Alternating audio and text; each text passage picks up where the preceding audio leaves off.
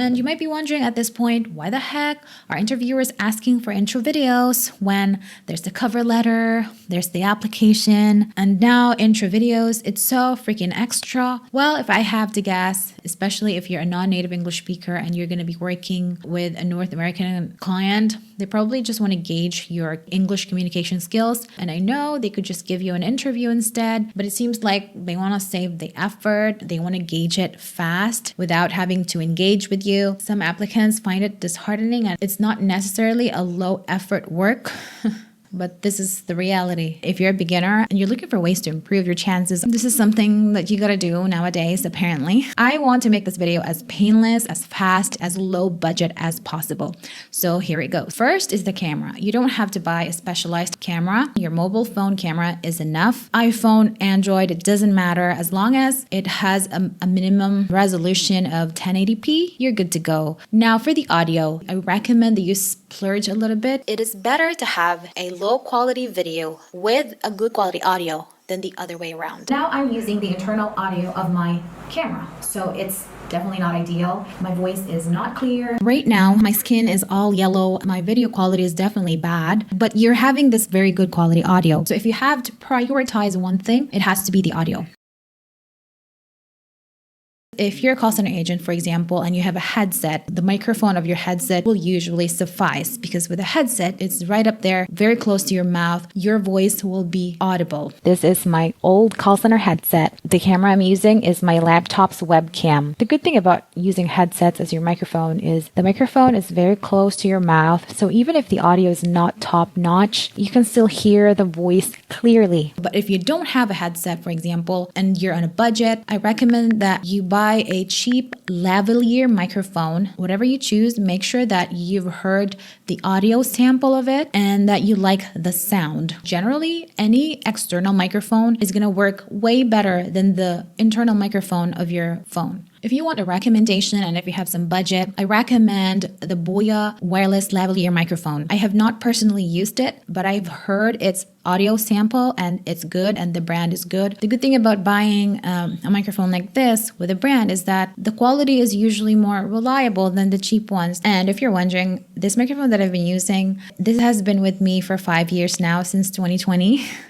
And it's still the same unit. It's Samson Q2U. It was 5,000 pesos or $100 when I bought it 5 years ago, but now I've seen the price go down to half of that. But for this setup, if you just want something fast, something cheap, I don't recommend this. This is good if you want to do something more with that microphone. Now, for the room settings, before you record, of course, you have to make sure that the roosters from neighbors are not crowing. Any fan blowing should not directly blow onto your microphone because that will definitely ruin the audio. Next is to minimize the hard surface on your recording room. What happens when sound travels is when it encounters a hard surface, it bounces back and forth and that makes an echo. How you can combat that, cover the hard surfaces with something that would cushion the sound. This is my office. As you can see, most of it is hard surface. The walls, the ceiling, as well as the floor. I don't have any carpet here. If I want to minimize the reverberation in my room, I just close the curtains, and this already helps a lot. I don't need to acoustically treat the room. Now for the lighting. If you have access to a large, wide window, that is excellent because the larger the light source is, the softer and more diffused the lighting will be on your skin. 10:37 a.m. So the light is already pretty strong outside. And if I place that in front of me, I can use that as my lighting. As you can see, you don't have to spend that much on lighting. This is like a very simple setup. Make sure that you don't have that thing right there. Move your camera so that it doesn't include it, or remove that altogether, and that's it. But if the light that's coming from your window is harsh, maybe you're recording on midday where the sun is strongest, to diffuse that lighting, face a white wall so that the light that is reflecting on your face is not directly hitting it, but first bouncing onto the white wall. Once it bounces onto your skin, it's not as strong anymore. If you have some ring light, which I guess some of you have, then you might want to use that. What I usually do, because I have this light over here, is I just plug it in like so, and then I adjust the temperature.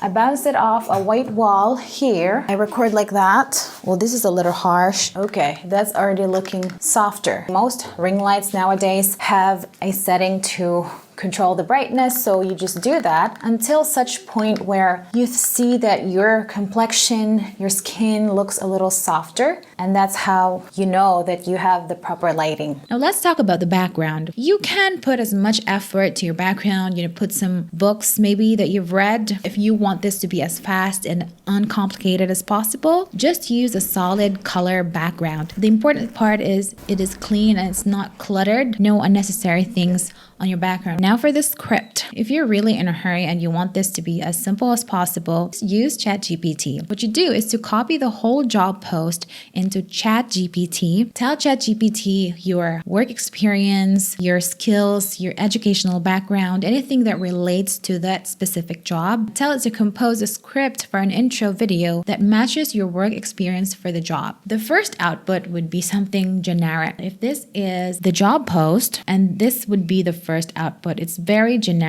Hi, I'm Alex. I'm applying for the remote customer support position at CloudServe Solutions. This is okay, but if you want to infuse some personality into your script, you can tell ChatGPT, this is too generic. Please add some personality, and you can even specify how you want it to sound. For example, this would be a more upgraded version of the previous script. If we compare the first and second example, I would prefer the second example because it has some personality. It's not just a generic cookie cutter intro video that makes you more memorable. Obviously, this guide is very simplistic. If you want me to create a dedicated video on how to script your intro videos depending on the job post, then let me know in the comment section below. If I see that there's high demand for it, then I'm going to create that video. We're going to go to online freelancing websites. We're going to look at different job posts, and for each, I'm going to recommend a customized script.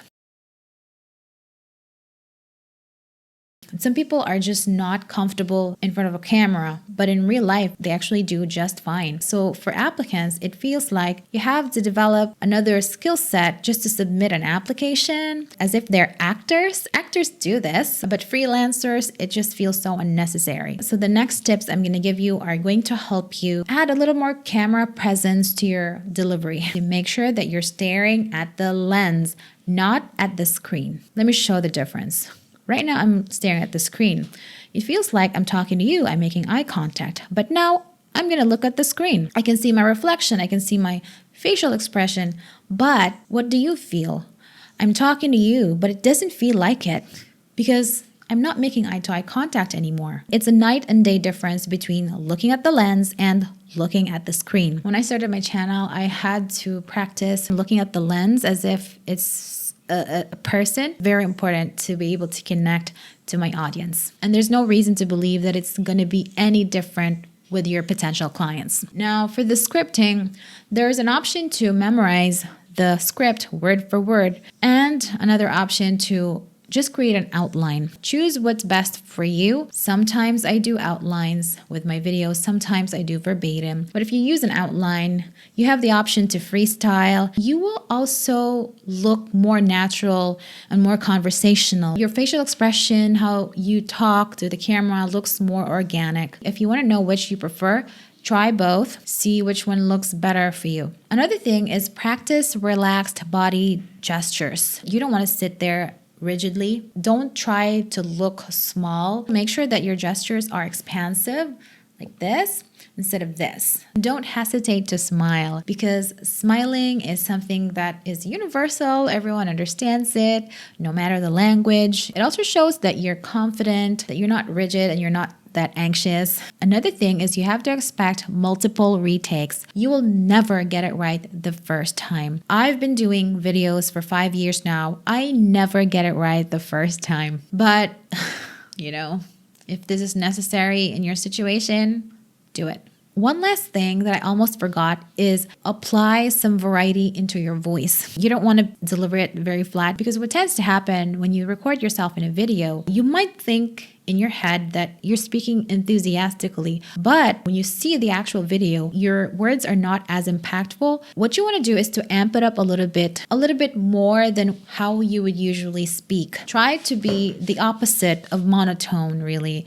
So you don't want a flat delivery. You want to vary the pitch up and down, and the rhythm fast and slow. If you can, put some melody into your delivery. Just try to be the opposite of monotone. Put some energy into your voice. If you have to choose one part that is the meat of your intro video, it's the scripting. It's what you say in the video. So if you want me to create a more detailed video about that, let me know in the comment section below and I'll create a video about it as soon as possible. All right, everyone. Thank you so much for watching. If you have any questions, let me know in the comment section below.